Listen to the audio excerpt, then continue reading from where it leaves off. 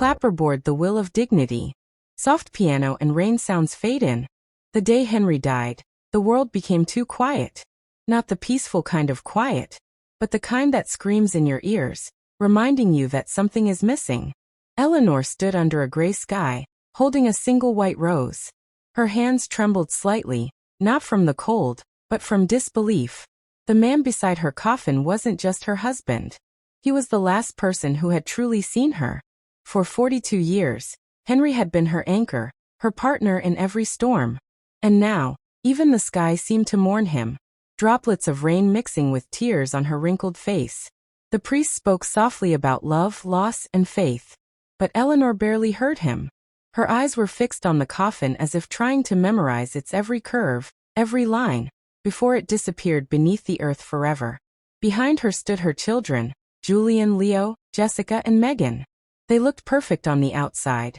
Black suits, solemn faces, polite nods to the guests. But Eleanor could feel it, the distance. It wasn't new. It was years old, like a wall built brick by brick from forgotten phone calls, missed birthdays, and unspoken disappointments. Julian, the eldest, adjusted his cufflinks while checking his watch. Leo whispered something to his wife, who was scrolling on her phone, hiding the glow behind a tissue. Jessica's eyes darted everywhere, but toward her mother. Megan, the youngest, forced a few tears. Like an actress in a scene she wanted to end quickly. Eleanor swallowed hard. This was her family, her legacy, the people for whom she had sacrificed her dreams, her career, her youth. And yet, as she stood by her husband's grave, she had never felt more alone. After the burial, everyone gathered in the church hall for coffee and condolences. People hugged her, whispered kind words, and left with promises to stay in touch. She smiled politely, thanked them all, and waited for her children to come sit beside her. They didn't. Julian stood near the window, laughing softly with a business partner who'd dropped by to pay respects. Leo was busy taking a call outside. Jessica and Megan were arguing quietly about the catering bill. No one asked Eleanor how she was holding up. No one noticed when she quietly slipped away to the corner of the room, holding her husband's old pocket watch. It was the last thing he'd given her before the illness took him. Inside the lid he'd engraved 4 words. "You are my home." Her throat tightened. She wanted to cry, but not here, not in front of the polite strangers and distracted children. She excused herself, stepped outside, and sat on the church steps, breathing in the cold air. The rain had stopped, but her heart was still drowning. Later that evening, she returned home. The house felt hollow. Every clock ticking too loudly, every shadow stretching too long. The air smelled faintly of the lilies from the funeral. She walked through each room slowly, her fingers grazing over furniture, photographs, and memories. In the living room, a picture hung of her family, taken 20 years ago. They were all smiling then. Henry had his arm around her. The children were small, innocent, unspoiled. "How did we lose that?" she whispered to no one as she poured herself tea and sat by the window. The phone rang. It was her lawyer, Mr. Albright. "Mrs. Parker." His voice came gently through the receiver. "I know this is a difficult time, but your husband's will reading is scheduled for Monday morning. Would you like me to come pick you up?" She hesitated. "Monday? So soon?" "Yes," she said softly. "Thank you, Mr. Albright. I'll be ready." Scene transition 3 days later. The lawyer's office smelled faintly of old books and polished wood. Sunlight streamed through the blinds, dust floating in the golden air. Eleanor sat at the long mahogany table.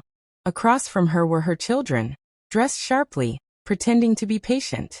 Mr. Albright cleared his throat and began reading. "I, Henry Parker, being of sound mind, leave this will as my final testament." The words blurred for a while. Legal terms, dates, formalities, until he reached the part that made everyone freeze. "To my beloved wife, Eleanor Parker, I leave the entirety of my estate, including all savings, properties, and investments. To my children, I leave a monthly allowance of $500 each, for as long as they maintain a respectful relationship with their mother." The silence that followed was thick enough to suffocate. Julian's eyes widened. Leo's jaw tightened. Jessica gasped softly, and Megan's hand flew to her mouth. Eleanor blinked in confusion. I didn't know he." Julian cut her off, his voice sharp. There must be some mistake. Mr. Albright adjusted his glasses calmly. There is no mistake. Your father was very clear about his wishes. Leo leaned forward, his voice dripping with disbelief. You mean to tell me Dad left everything to her? Even the house? Even the investments? Yes, the lawyer replied. Every penny. Jessica's composure cracked. Why would he do that? That's not fair. Mr. Albright looked directly at her. Your father believed your mother deserved security after a lifetime of sacrifice. Julian scoffed. Security? She already has the house, her pension, everything she needs. We have families, businesses, mortgages. Julian. Mr. Albright's tone hardened. Your father's decision stands. The room erupted. Voices overlapped. Anger, shock, betrayal. Eleanor sat frozen, her fingers clenched around the armrest. She had never seen this side of her children before. So raw, so entitled, so ugly. Finally she whispered, Please stop. This isn't what your father would have wanted. We're family. Leo turned to her, his eyes cold. Family? Don't talk about family when you're the reason we got nothing. Jessica's voice trembled with venom. You manipulated him. You made him change the will. Megan muttered under her breath. All these years, pretending to be the perfect wife. Tears filled Eleanor's eyes. She looked at each of them, searching for the children she once knew. They weren't there. Only strangers in expensive clothes, blinded by greed. Mr. Albright tried to calm the room. That will be all for today. I'll send copies of the documents to each of you. But Julian slammed his hand on the table. No. We're contesting this. The lawyer's voice turned icy.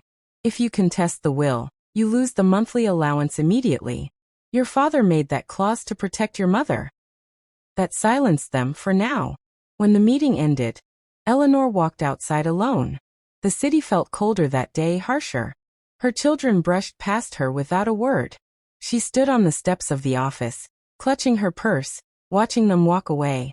In that moment, something broke, and something else began to awaken. She whispered to herself, Maybe Henry saw what I refused to see. Soft violin fades in. Camera pulls back. Eleanor stands beneath the morning light, wind brushing through her silver hair. A chapter has ended, but a fire has just begun. Clapperboard, The Will of Dignity, Part 2, The Confrontation. Low piano hum. City rain outside a glass window. The ticking of a clock echoes. It had been 3 days since the will reading. 3 days since Eleanor's world turned upside down again. The house that once felt like a tomb was now filled with uneasy silence.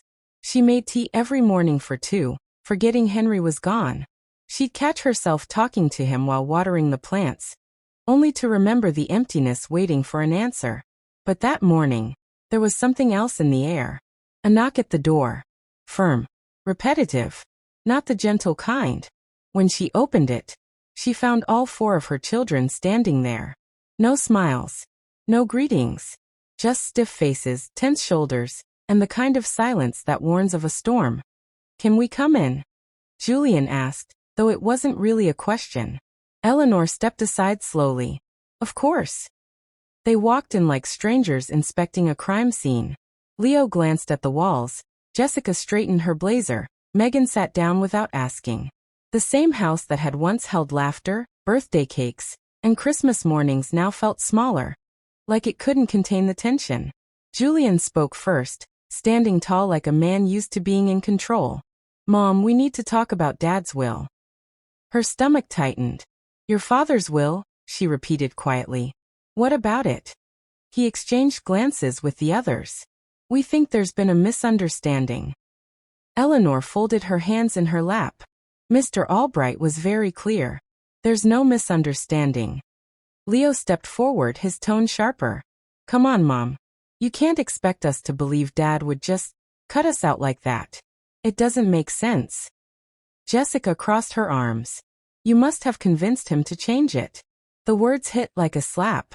Eleanor blinked, speechless for a moment. Convinced him, she whispered. You think I made him do that?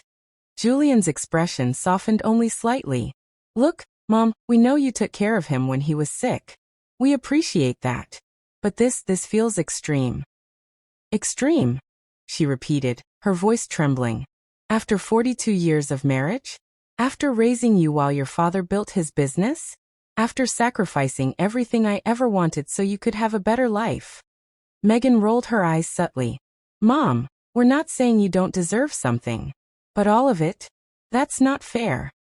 Eleanor stood up slowly. Her teacup clinked against the saucer. Fair, she said softly. Do you even know what that word means? Fair was your father working every day of his life to give you comfort. Fair was me cooking, cleaning, and worrying while you chased your dreams. Fair was me watching you forget to call me on my birthday. Her voice rose, not angry yet, but trembling with pain long buried. Do you know what your father told me before he died? She said, her eyes glistening. They looked at her, unsure whether to answer. He said, Eleanor, I want you to live without fear. You've given enough. It's your turn. The room fell silent.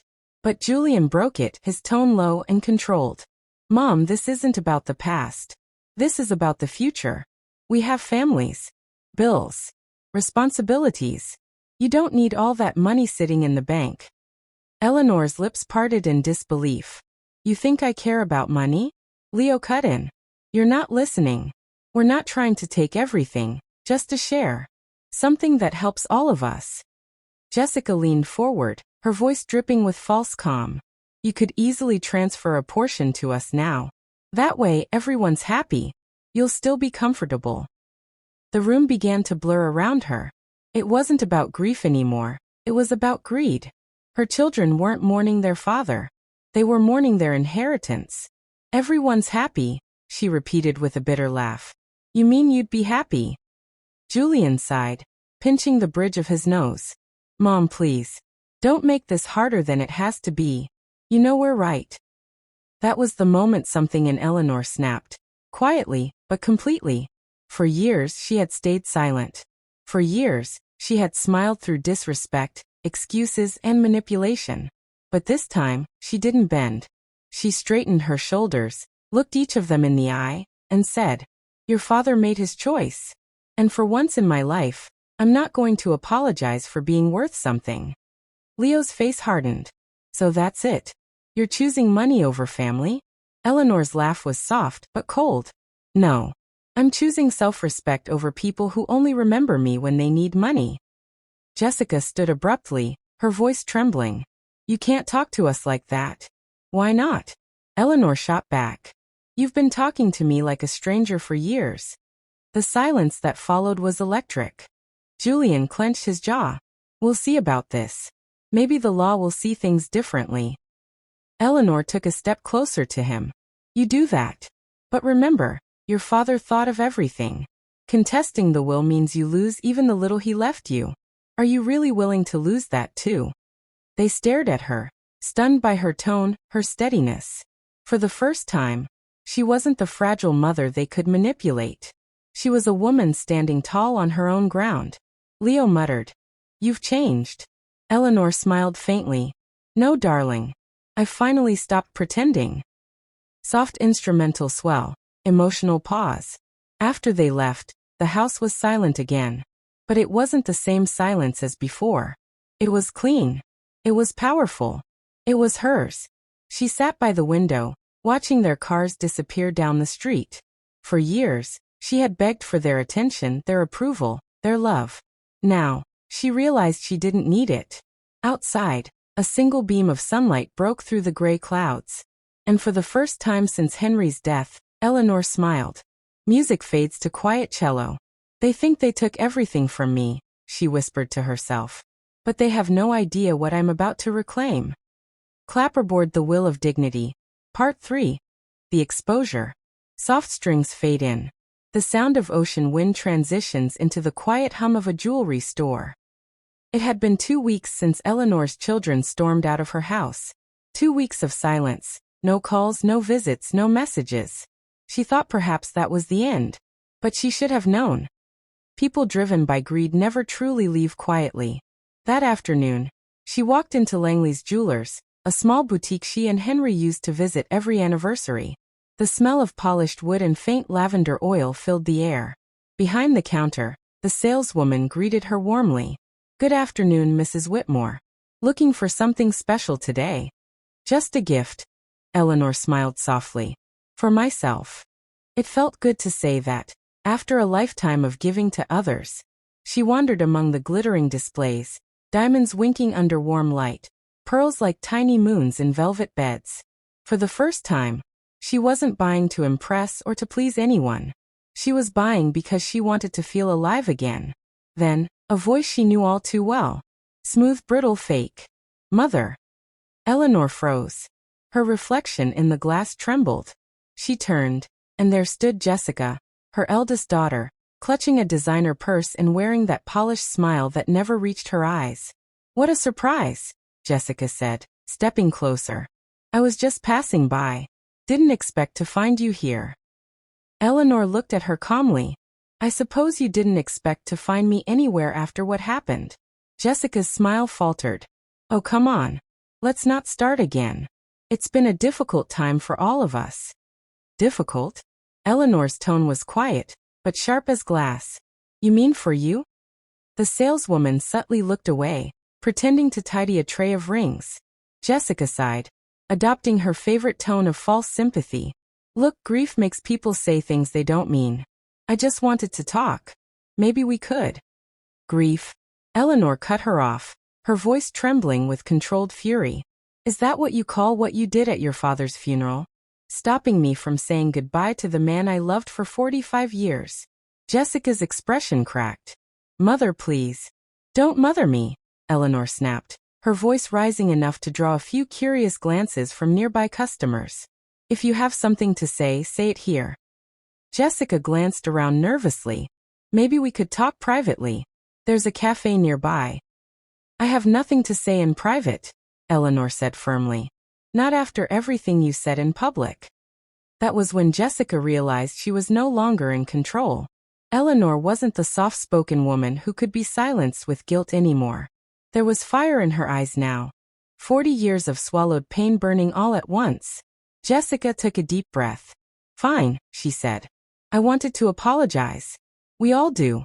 We were too harsh on you, and we want to make it up somehow." "Make it up to me?" Eleanor asked quietly. "How exactly do you make up for decades of humiliation?" Jessica blinked, faltering. "We could start with family dinners, holidays together, be a family again." Eleanor laughed, a dry, bitter sound that turned heads. "Family?" "Jessica, real family doesn't exile their mother from her husband's funeral." Jessica's composure slipped. Her lips trembled. "You weren't perfect either. You were always controlling, critical." "Controlling?" Eleanor's eyes glistened. "You mean when I worked 2 jobs to send you to college? When I took care of your children while you went on vacations? That kind of control?" Jessica fell silent. The tension in the jewelry store was palpable. Even the saleswoman stopped pretending not to listen. Then another voice. "Mom." Julian. Breathless. Flustered. And clearly sent for backup. He jogged toward them, his face flushed. "Mom, thank God. We've been looking for you everywhere." Eleanor turned, her tone suddenly calm. "Why? I thought you had better things to do." Julian glanced at Jessica. "Can we talk? Please. Leo's waiting at the cafe." "So this was a setup," Eleanor said, half to herself. "No," Julian said quickly. "We just want to fix things. We were wrong." "Wrong about what?" she asked sharply. "About stealing my chance to grieve? About treating me like a burden? About loving money more than decency?" Every question hit like thunder. Other customers began to whisper. A few moved closer, pretending to browse. Jessica's face turned pale. "Mom, please. Not here." "No, here is perfect," Eleanor said. "You humiliated me publicly at your father's funeral. Let's even the score." Julian winced. "Please, people are watching." "Good," she said. "Maybe they'll learn something." The words echoed through the store. Jessica's voice shook. "We just want a fair share. That's all." "A fair share?" Eleanor repeated. "Your father decided what was fair. $500 a month for 2 years. He trusted me to make sure you wouldn't starve, but he also knew your greed." Julian's cheeks flushed crimson. That's not enough to live on. Then work harder, Eleanor said simply. The rest of us manage. That's when Leo appeared at the doorway, with Megan clutching his arm. Both looked rehearsed, like actors in a play they didn't believe in. Mom, Leo said, feigning emotion, we're worried about you. Worried? Eleanor said, turning to face them. Because I'm finally happy?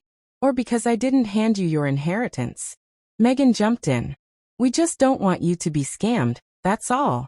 A woman your age with that much money. Like how you scammed me? Eleanor cut her off sharply. You borrowed money, never paid it back. You treated me like a maid, not a mother. The air thickened. No one in the store dared move. Leo whispered, Please, Mom. Let's not do this here. Eleanor's eyes locked on his. You did this first. You made my grief public when you kicked me out of my husband's funeral. So yes, we will do this here. The store went silent.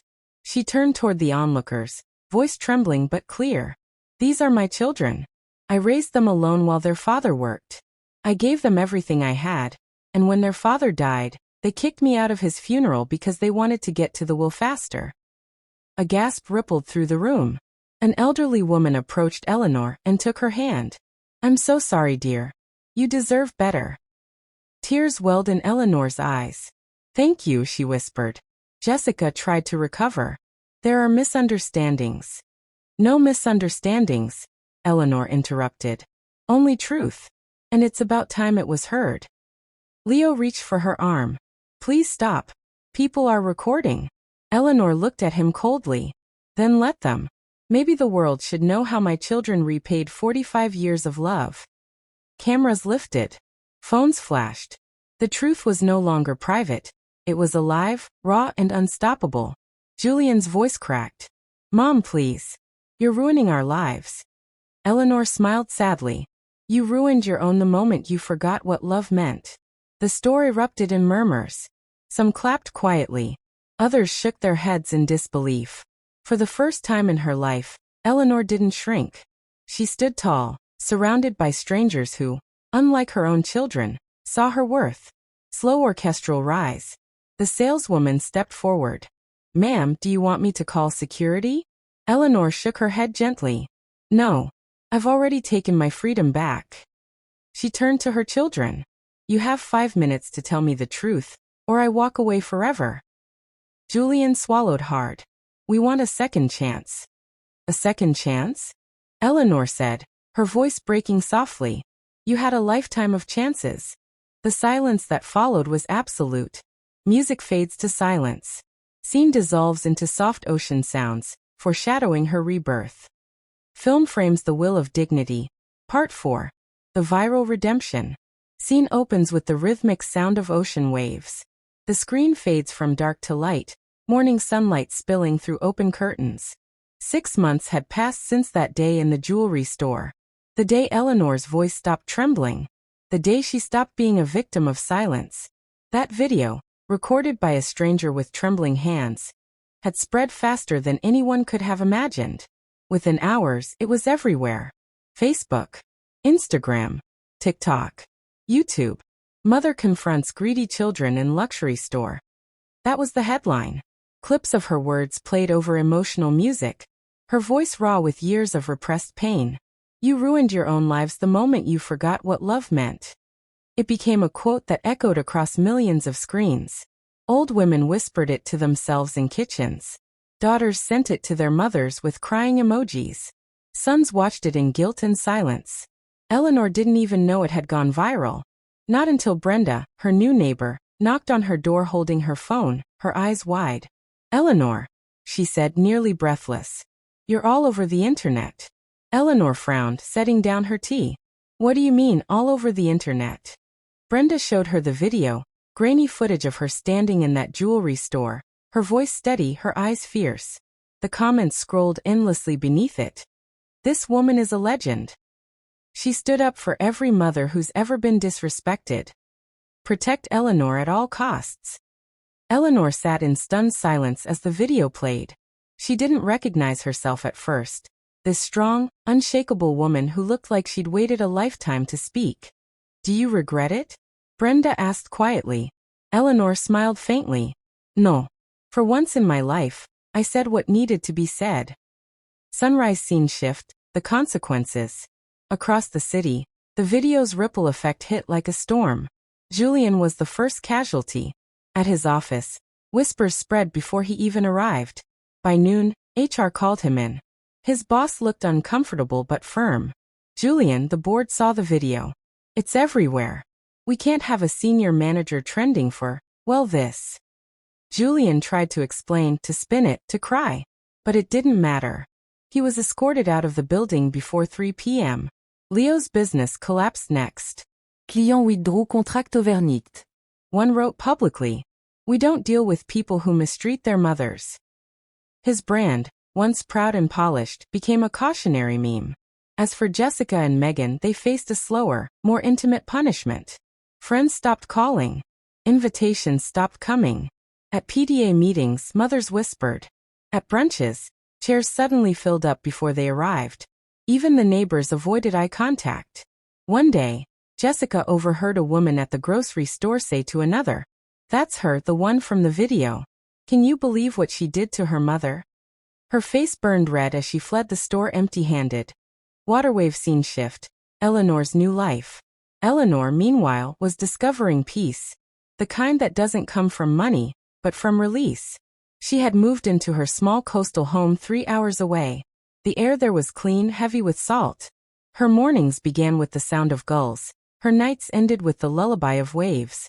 She painted, soft blue skies, golden sands, lonely boats floating in sunlit silence. She attended local art classes where no one knew her story. To them, she was simply Eleanor, the quiet woman who smiled often and listened deeply. But online she was something else entirely. A symbol. A movement. News outlets picked up the story. Interviews flooded her inbox. Influencers called her the mother who fought back. She declined most of them. She didn't want fame, she wanted peace. But she did agree to one small interview for a women's podcast. When the host asked her what message she wanted to send, she said softly, that love should never require self-erasure, that you can forgive without returning to abuse, and that sometimes, protecting yourself is the most loving thing you can do. The clip went viral too, even more than the first video, because in her calmness, there was power. In her stillness, there was survival. Spiral shell scene transition. A visit from Brenda. One afternoon, Brenda came to visit, holding a small box wrapped in gold paper. "What's this?" Eleanor asked, smiling. "A housewarming gift," Brenda said. "And some news." She sat down and leaned closer. "Your sons came to the old building last week." Eleanor's brush froze over the canvas. "What did they want?" "They were looking for you. I told them I didn't know where you were. But I also told them something else." "What's that?" Brenda smiled softly. "That if they really loved their mother, they'd let her live in peace." Eleanor's eyes shimmered with tears. "Thank you." "They look terrible," Brenda continued. "Thin. Nervous. Like guilt's been eating them alive." Eleanor turned back to her painting. A sunrise over the sea. "That's their journey now. I already took mine." Some behind small cloud scene shift. The foundation. The inheritance had given her financial freedom, but it also gave her something greater. The ability to give without being used. She started a small foundation called the Eleanor Project.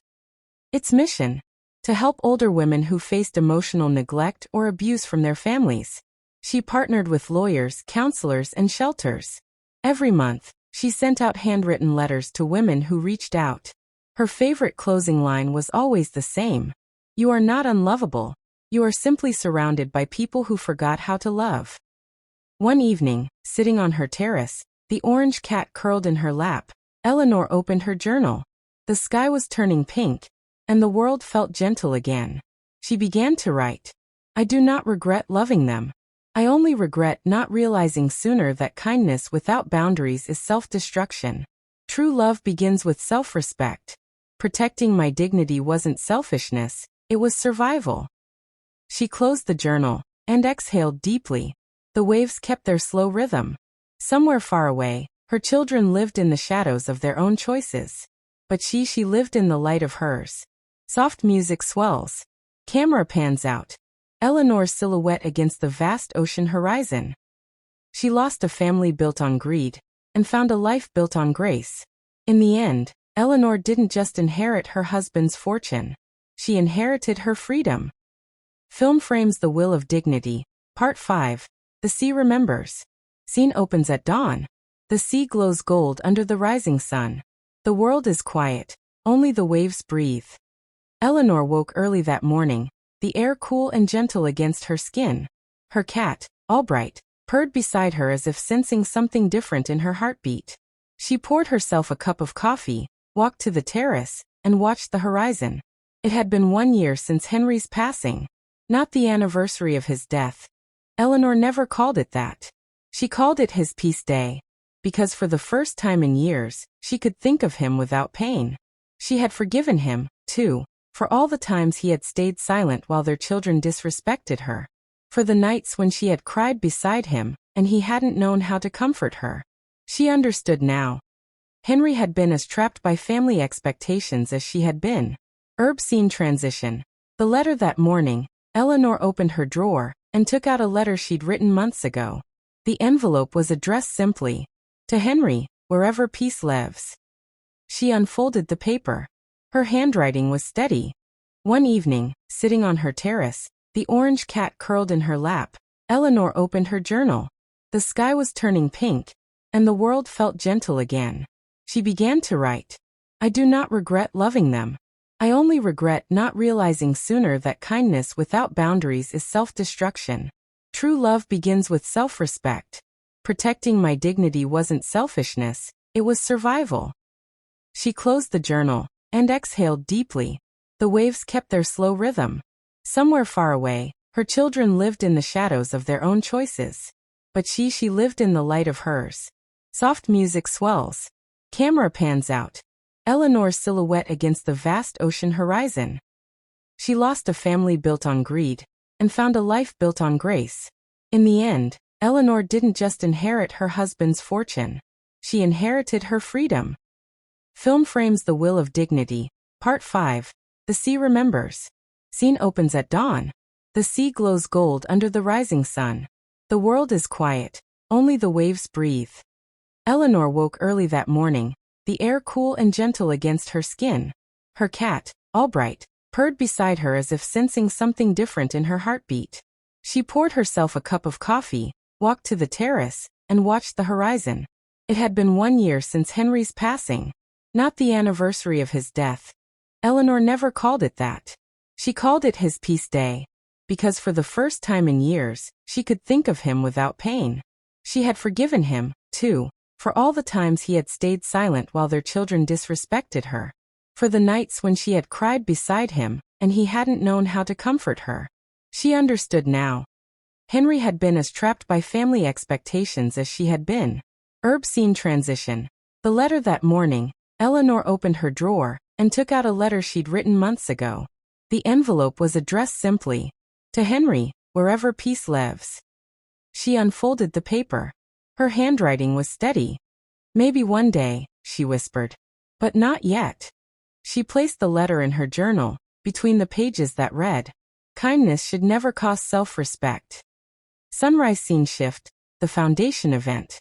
A few weeks later, Eleanor attended the first anniversary event of the Eleanor Project. The small hall was filled with women, some gray-haired, some young, all with stories in their eyes. They shared tea, laughter, and the quiet relief of being seen. At the podium, Eleanor stood in a simple blue dress. There were no prepared notes, just truth. "A year ago," she began softly, "I thought my story had ended. I had lost everything that once gave my life meaning. But sometimes, life takes away the noise so we can finally hear our own voice. I'm not here today as a victim, or even as a survivor. I'm here as proof that dignity is the most precious inheritance we can ever receive, or protect." The room erupted in applause. Tears glistened in the eyes of women who saw themselves in her reflection. A journalist in the back whispered to her colleague, "She's the mother from that viral video, right?" "Yes," the colleague said. "But look at her now, she's more than that." Shooting star final scene. The ocean at night. That night, Eleanor walked once more along the beach. The air was cool, the stars endless. She carried no phone, no camera, no need for an audience. Just peace. She stopped at the water's edge, her reflection shimmering in the moonlight. Then she whispered, to the waves, to the stars, to the memory of her old life. You can't change people by breaking yourself to fix them. You can only love them enough to let them go. The wind caught her words and carried them out to sea. Behind her, the world had finally gone quiet. Ahead of her, the horizon glowed with promise. She turned and walked back home. Slowly, steadily, like someone who had learned the art of peace. Eleanor lost a family that never saw her worth. But she found something stronger than love. She found herself. We can't change the past, but we can change what we tolerate. Speech balloon, tell us in the comments. What would you do if you were Eleanor? Red heart, like this video to show your support for every person who found strength in silence. Bell, and don't forget to subscribe. Your next story might just change your life.